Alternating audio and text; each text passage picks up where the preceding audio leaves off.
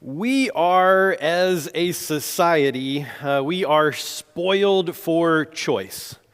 We have a number of options in any category at our fingertips at all times, it seems. There are so many options in our lives. You walk into the average American grocery store, and you will find on the shelves, on average, about 40,000 different items that are in the store. 40,000 items in the average American grocery store.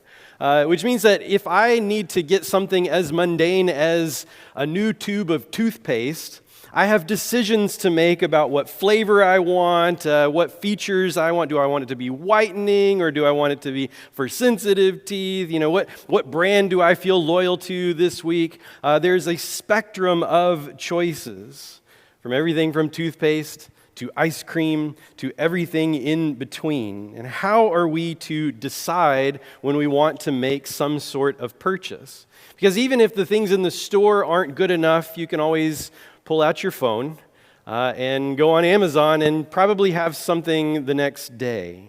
How do we decide when we need to get something?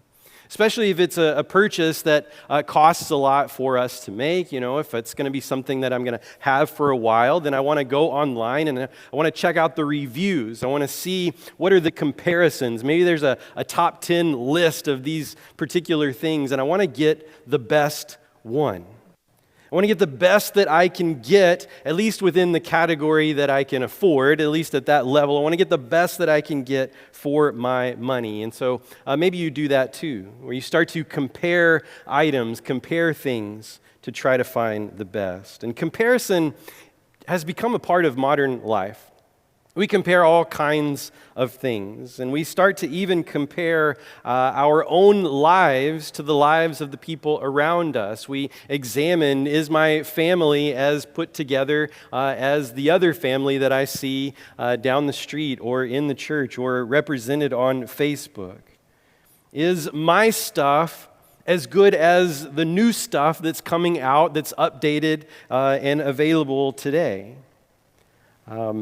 Sometimes even our faith, sometimes our God, if we aren't careful, can start to get downgraded into one of the options in our lives as we shuffle things around.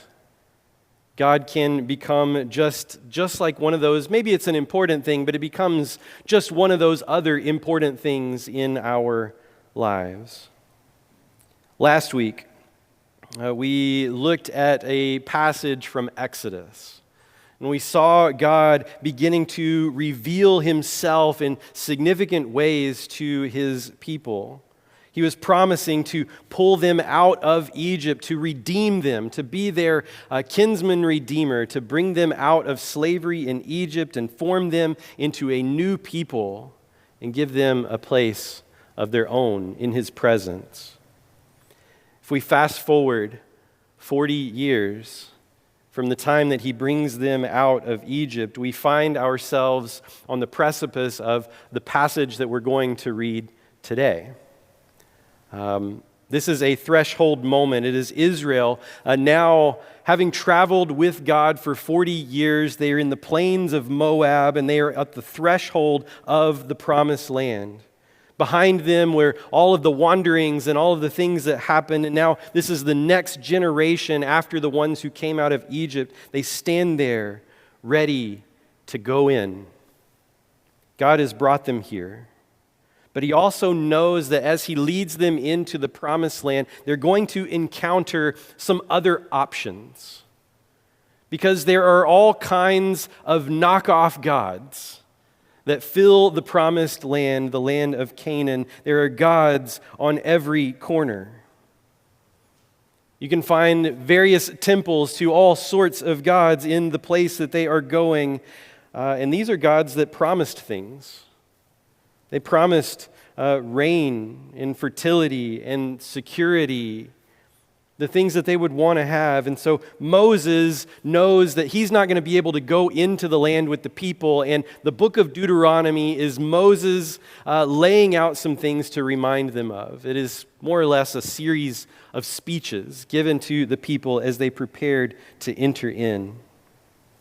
He gives them these speeches as reminders of what to hold on to so that they don't get swept away by the other options that they're going to be exposed to. He wants them to recognize and hold on to the very special, the very unique relationship they have with their unique God.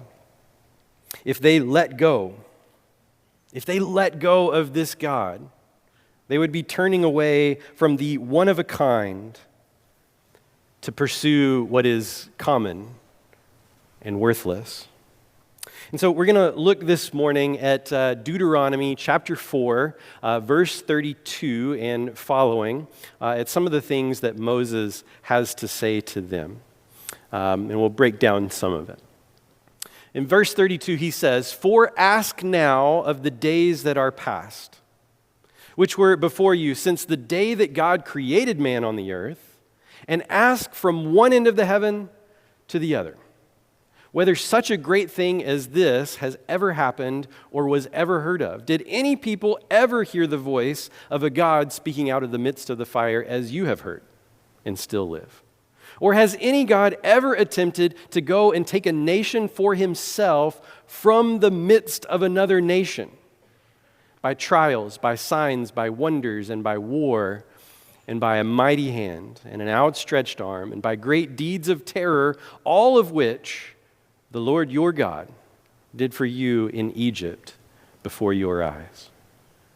And you see what he is doing, what he is saying to them. This is invitation to examine their experience, to examine the stories that they have heard, to scan the entirety of human history, to look at all of time and space as far as they know, and to say, look, no other culture that you've ever heard of or that you're going to encounter as you enter this promised land, no culture with their stories of their gods could ever claim the things that your God has done with you like this.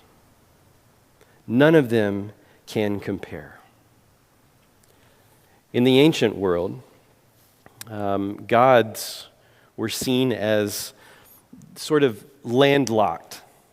They were tied to portions of land held within borders and tied to nations. In Egypt, you served the Egyptian gods because, well, that's who was there. That's where they lived. That's how they would think about it, and so on. Those gods didn't leave their home where they were landlocked. They didn't leave those places to go after other people and to bring them back to them. That just wasn't their stories. You instead went to their temples to appease them.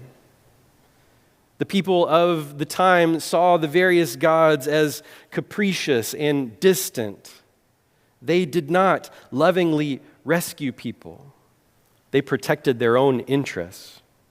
Every culture's god, you worked to get their favor. But Israel's God had worked for them to win their loyalty to him. He had flipped the script completely upside down. God has a power and a reach like no other.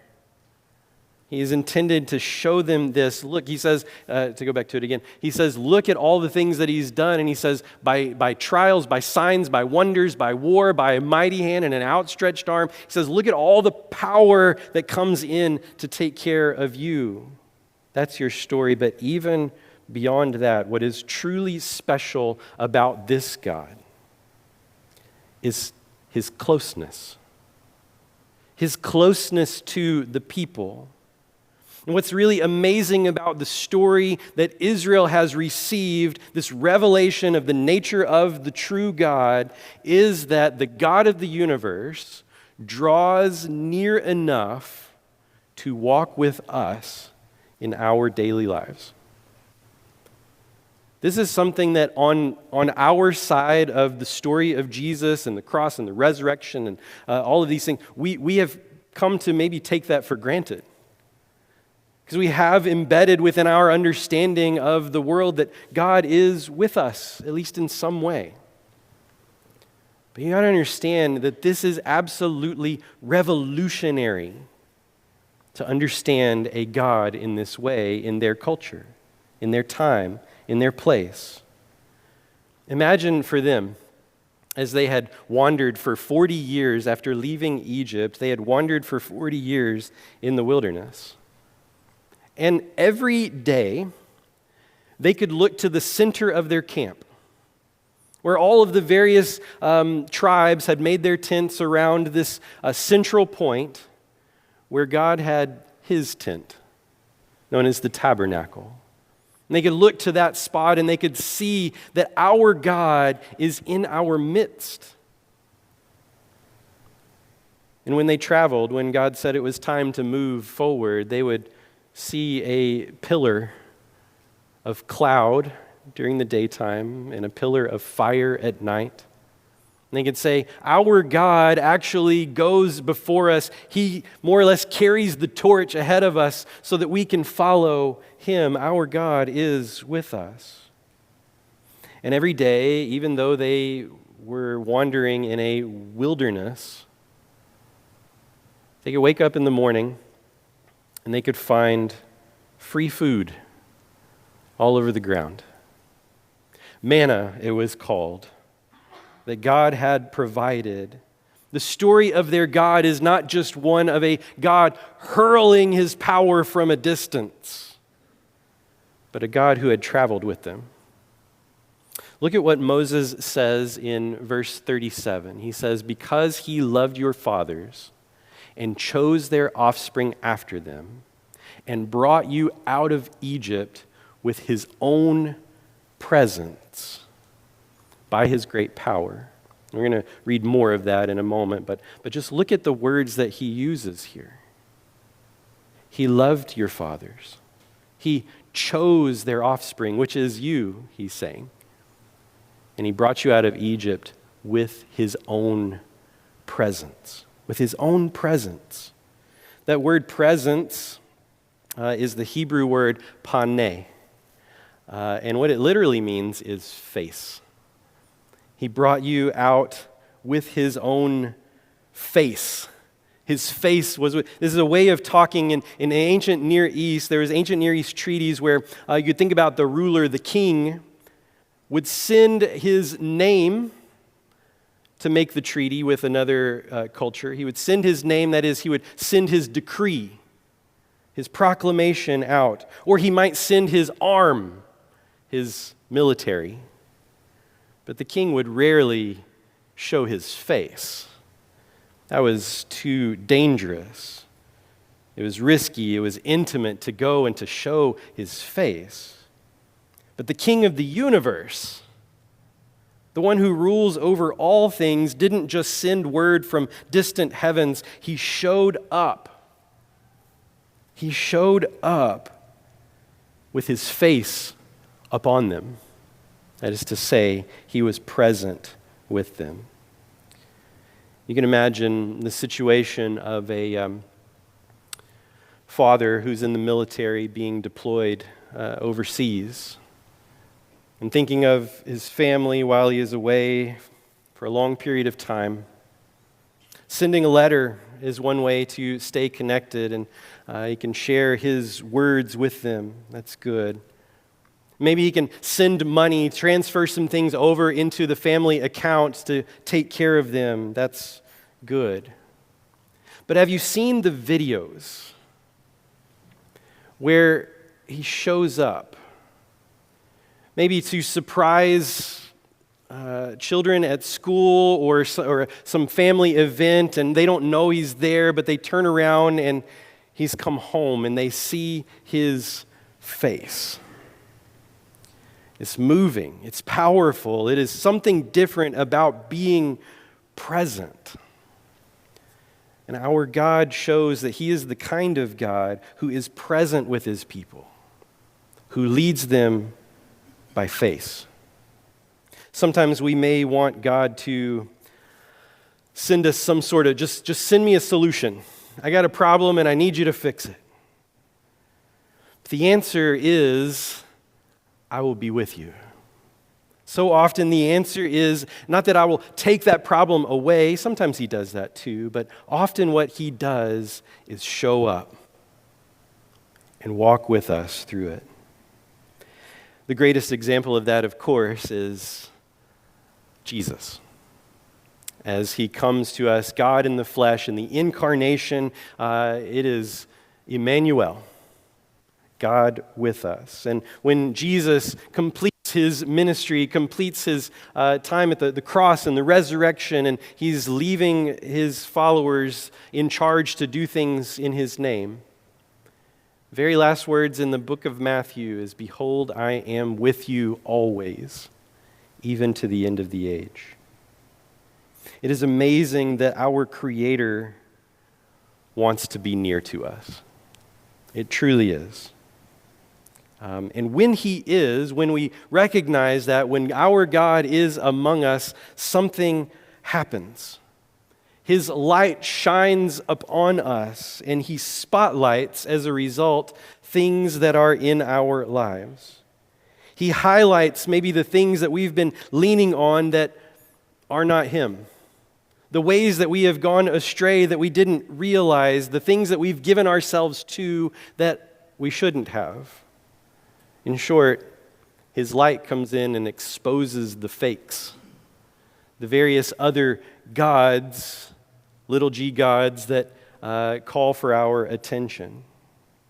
Moses says in verse 39, "Know therefore today," and by the way, that know is the word we've talked about before, yada, which is experiential knowledge. It's taste and see kind of know. It is to say, experience this now. Lay this on your heart, that the Lord is God in heaven above and on the earth beneath, and there is no other. The Lord is God, there is no other. He says to lay that on your heart, which is a way, we might say, of installing a new operating system on the way that you think and see the world. Understand this. Transform your heart and mind. And what doesn't show up in the English translation quite as clearly is that it says that the Lord is God. In the Hebrew, it says Yahweh Ha Elohim. The Ha is a definite article. That is to say, it is the. So what I'm trying to tell you is that he says, Yahweh, by name, the Lord is the God. Not a God. He's trying to get this, implant this on their hearts. He is the God. There is no other. The people would be tempted when they would see the promises of the various little g gods of the cultures around them. They would be tempted, and many did in time, treat the Lord that way. To say, well, we have Yahweh for waging war, but we have Baal for blessing our crops, and we have Asherah for the fertility of our family, and they all work together to bring us blessings in our lives. They would be tempted to think that way, but Moses is sure to tell them that no, there is no other. He is the God. He said the same thing a few verses prior to this. In verse 35, he says, "To you it was shown that you might know that the Lord is the God. There's no other besides him. Out of heaven," look at this, "out of heaven he let you hear his voice, that he might discipline you. And on earth he let you see his great fire, and you heard his words out of the midst of the fire." He says, look, you've had these experiences with him. You've heard his voice out of the fire, and he has used his voice to discipline you. The word discipline is not about punishment. In fact, it can just as readily be translated as instruct. He has instructed you. He has trained you. This has been their wilderness wanderings, and their encounters with God have been for their education. And after 40 years of attending wilderness school, they should be experts on the nature and character of God. And if they truly know and experience this God who speaks to them from the fire to train them personally, then they should want nothing to do with anything inferior to this God. Every other God seems ridiculous by comparison. A God made of wood or gold just doesn't speak. It can't give instruction. It doesn't have a presence with them. It doesn't shake the earth. And so this experience should teach them, and we should learn as well, that the fullness of God's presence exposes the emptiness of our idols. There's none that compare. The fullness of God's presence exposes the emptiness of our idols.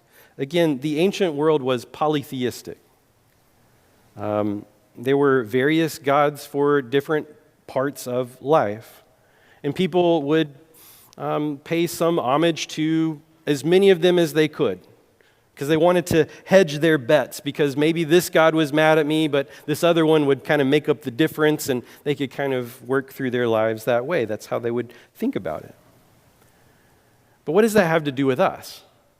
I mean, we don't have a bunch of various idols in our culture. Certainly not. Well, the truth is it may be less common for people today to have statues or something that they bow down to. But we have our own cultural gods of the nations around us too. They come in different forms. And even some who trust in the one true God on Sunday morning for their worship, well, they may trust in their 401k for their security. They may trust in their social media presence for their self-worth.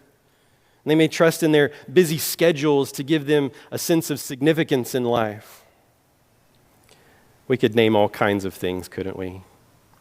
We have idols for pleasure, idols of convenience, idols associated with power, idols associated with self-advancement. And I would leave that to you to reflect on. What are the idols around you that call for your attention, that want to pull you away, at least in part, from your full devotion to the one true God? Whatever calls your name, remember, as Moses reminded the people then, none can compare. None can replace. I love this passage that we're going to read in Isaiah. It's a little bit lengthy, but I think it's worth it. It's kind of a satirical jab at idolatry. And Isaiah says this. He paints this picture. He says, "The ironsmith takes a cutting tool and works it over the coals. He fashions it with hammers and works it with his strong arm. He becomes hungry and his strength fails. He drinks no water and is faint. And the carpenter stretches a line. He marks it out with a pencil. He shapes it with planes and marks it with a compass. He shapes it into the figure of a man, with the beauty of a man to dwell in a house. He cuts down cedars, or he chooses a cypress tree or an oak and lets it grow strong among the trees of the forest. He plants a cedar and the rain nourishes it. Then it becomes fuel for the man.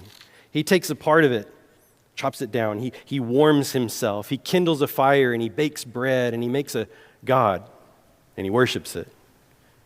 He makes it an idol and falls down before it. Half of it he burns in the fire. Over the half he eats meat. He roasts it and is satisfied, and he warms himself and says, 'Aha, I am warm. I have seen the fire.' And the rest of it, he makes it into a god, his idol. And he falls down to it and worships it and prays to it and says, 'Deliver me, for you are my God.'" Isaiah wants to highlight the absurdity of what people do. To take something that is from creation itself, something that they themselves are working, and half of it is just burn it in the fire, but the other half, that part, that's my God. And he says, this is absurd. This is ridiculous. And Isaiah says, how can something that you created save you? Our gods, the gods that call for our attention in our society, are no less ridiculous. Do you know how people spot counterfeits when it comes to money or IDs. They don't go about studying all of the possible fakes. Instead, they become very familiar with the hallmarks of the real thing. They start to know when it comes to real money, what does it look like? What is the texture of it? What are the watermarks that are there? So that anytime they see a fake, it doesn't matter what kind of fake it is, they know that it doesn't match the real thing. And so our God invites us to know Him, to come to know Him so that we can spot when there are frauds, when there are counterfeits that are calling for our devotion. When we know God's presence, when we've been touched by His grace, we can better see the counterfeits.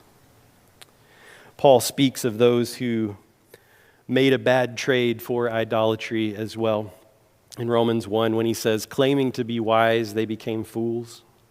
And they exchanged the glory of the immortal God for images resembling mortal man, birds and animals and creeping things. Therefore God gave them up in the lusts of their heart and to impurity, to the dishonoring of their bodies among themselves, because they exchanged the truth about God for a lie, and worshipped and served the creature rather than the Creator, who is blessed forever. Amen. Idolatry in all of its forms is a bad trade. It is a downgrade. We trade the unrivaled for the unreliable. We trade the one who carries us for things that we have to carry. What is calling for your attention? It can be painful and disorienting for God to shine His light into our lives and for that light to expose things that we didn't realize were there. To realize that things that we've built our lives on are the wood from Isaiah's fire. But God clears that away. He calls us to set it aside. He clears it away in order to bring us into something better, to show us what is real. If we discover that we've chased after the wrong things, then we may wonder, how do we recover from that? How do I get back into God's good graces? How can I perform so well that He's convinced that I'm worthy of Him again? Well, that's not how it works. Moses points us to a truth that's even greater than God's unmatched power. It is God's heart. Because our relationship with God is rooted in His love and His grace rather than in our performance. Our relationship with God is rooted in His love and in His grace rather than in our performance. Love and grace, by the way, I think we've said this before, is not just a New Testament concept. They are at the core of God's nature and always have been. They are what motivated God from the beginning. If we go back to a verse that we read already, verse 37 in Deuteronomy 4, Moses says, because He loved your fathers and because He chose their offspring after them and brought you out of Egypt with His own presence and by His power. What motivated God?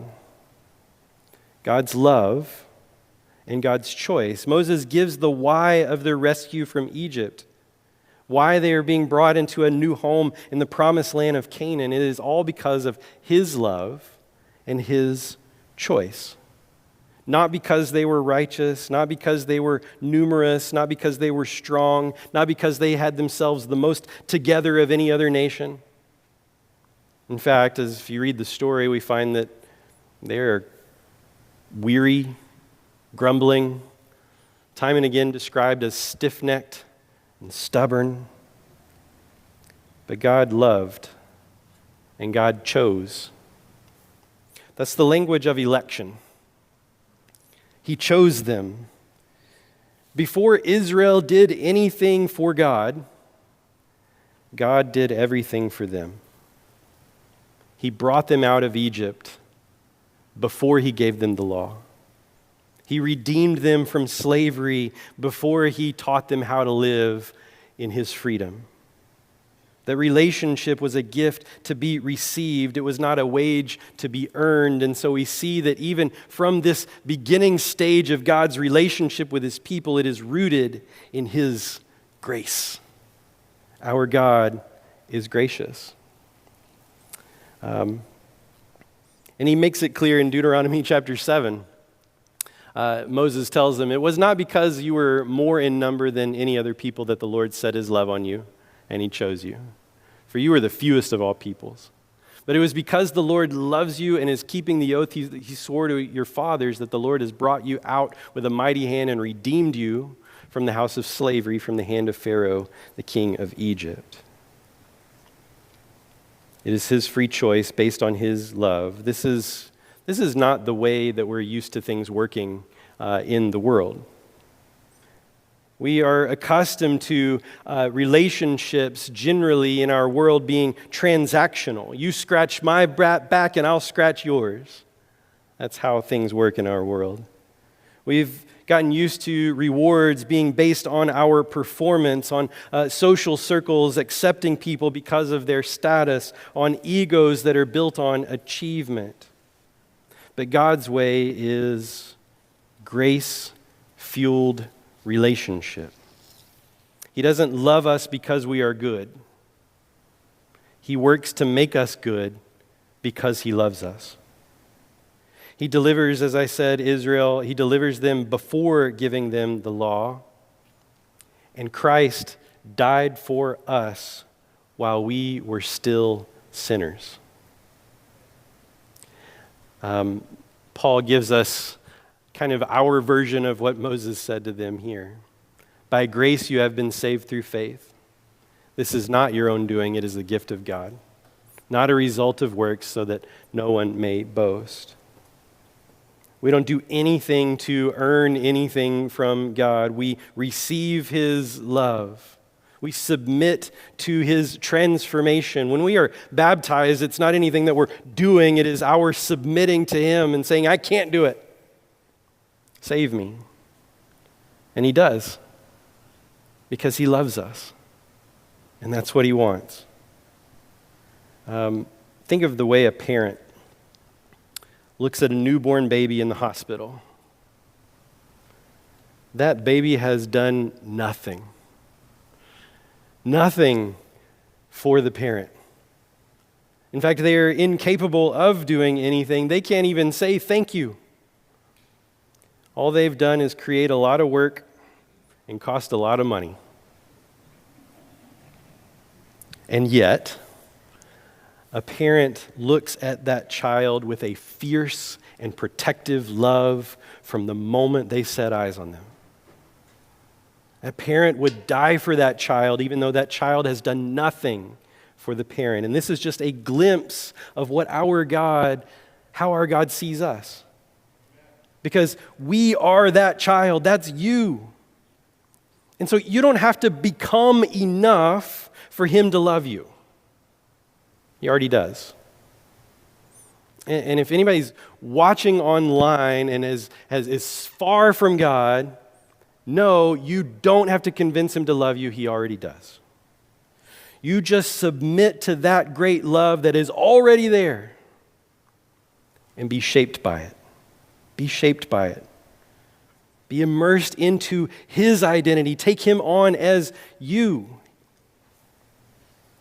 When we live a life that flows from God's love rather than to earn it, we start to live better lives. Lives that are kind of represent an obedience, but not out of a fear of punishment, but because we love him in return.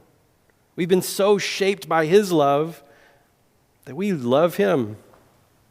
We want to live in ways that honor him, that demonstrate who he is, because we want other people to know his love as well.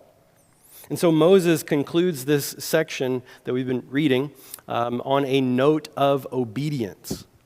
And he says in verse 40, "Therefore," after all I've said, "therefore, you shall keep his statutes and his commandments, which I command you today, that it may go well with you and your children after you, and that you may prolong your days in the land that the Lord your God is giving you for all time. He is giving them instructions about how to live, but it is rooted in his love for them and wanting to see them flourish in the place that he is sending them. I read one author this past week that was describing the law as the fences within which life can flourish. The fences within which life can flourish. Sometimes we think of law or any rules or regulations as just these restrictions that prevent me from doing the things that I want to do. But the reality is that they are the fences within which life can flourish. You can think of a fence around a children's playground that's next to a busy street. Do those fences deprive them of the fun of playing in traffic? Well, that's one way to look at it, but the reality is that they actually provide them the safety that they need to enjoy the freedom to play in the playground.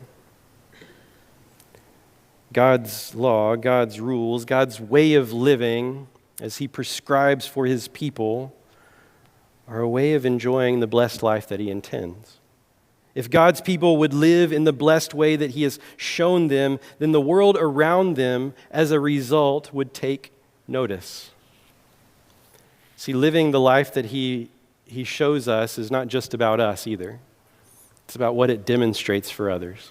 And that's our final point this morning. When we are faithful, we display God's unique character and attract a watching world. Israel was given a special gift.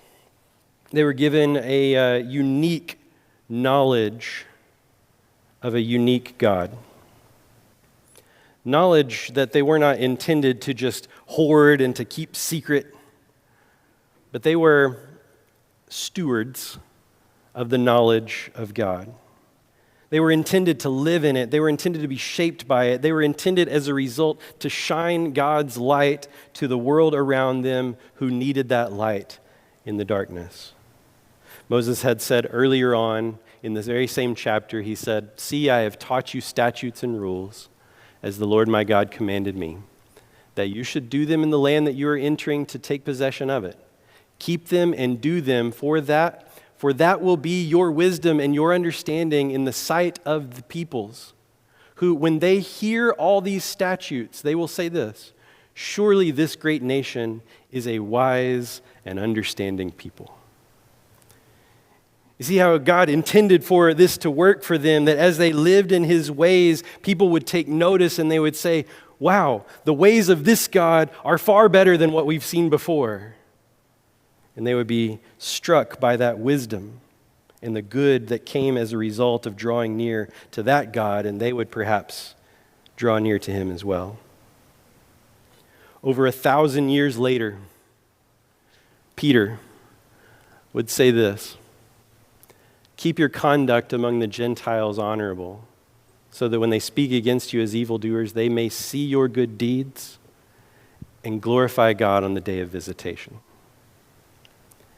Sometimes the greatest evangelism tool isn't a clever argument or a flashy program, but is persistent faithfulness that is shaped by God's love and power in the midst of a watching world.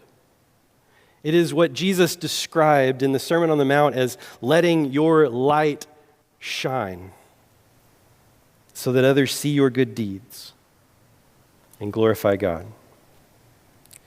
And so Israel then, leading to the church today, are stewards of the knowledge of God, living in the world as a, what I've heard described as a contrast community. That is another way of saying a light in the darkness. A community that lives different, that is set apart, that is holy and separate, that lives in ways that make the world go, well, that's strange, but it seems to be good. In a world of revenge, We are a community of forgiveness. In a world of greed, we are a community of generosity. In a world where relationships are transactional, we are a community of relational grace. And so living this way is not just about being good, but about displaying the unique and unrivaled character of our God, which is our world's only hope, knowing that none can compare. And so may we celebrate the God who draws near to us, and may we be moved to want to draw near to him. May his light come into our lives and expose all of the things that call our attention away from him so that we see that nothing compares to him, and that we are drawn all the more to be devoted to him. May we honor his grace by showing the same grace to others, and praise him that our hope isn't built on our own performance, but we are redeemed because of the cross of Christ, and we have life because of his resurrection. May we be that faithful community, that contrast community that shines his light and brings others to know him. This morning, if you have any needs, then we are here for you. If you want to be baptized into Jesus and give your life to him, rejecting, forsaking all others and be devoted to him, we would love to baptize you today. Today could be the day of your new birth. If you just need prayers or you want somebody to talk to you or you're ready to be baptized, then I'll be in the back of the room with the elders during the next song, and we invite you to please reach out to us during that time. Let's conclude by revisiting this final verse here from Deuteronomy 4:39.